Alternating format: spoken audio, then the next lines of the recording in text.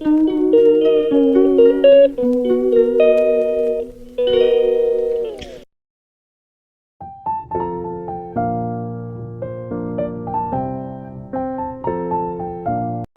দর্শক বন্ধুরা, তোমরা সবাই কেমন আছো? আশা করছি ভালো আছো এবং সুস্থ আছো।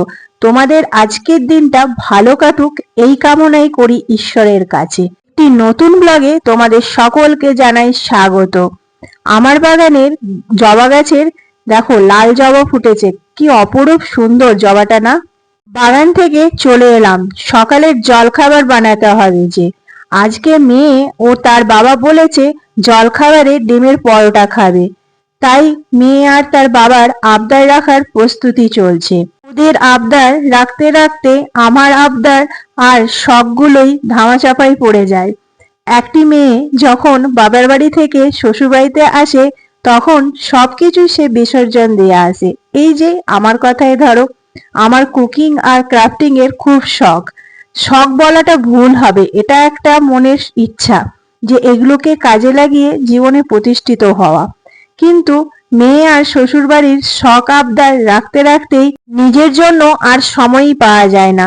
তোমাদের এইসব কথা বলতে গিয়ে আসল কথাই বলাই হলো না। আজ আমি নিজের জন্য কিছু সময় বার করিয়ে ক্রাফটিং এর কাজ করব, সেটাই তোমাদের সাথে এই ব্লগে শেয়ার করব।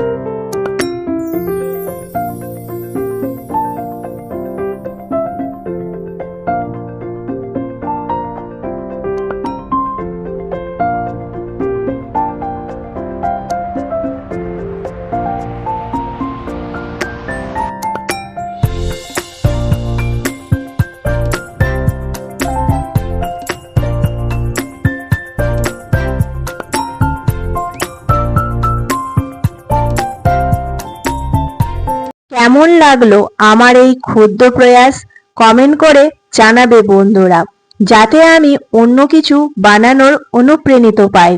তোমাদের সাথে ব্লগটি এখানেই শেষ করছি। আশা করছি ভালো লেগেছে। ভালো লাগলে লাইক কমেন্ট সাবস্ক্রাইব করার অনুরোধ রইল।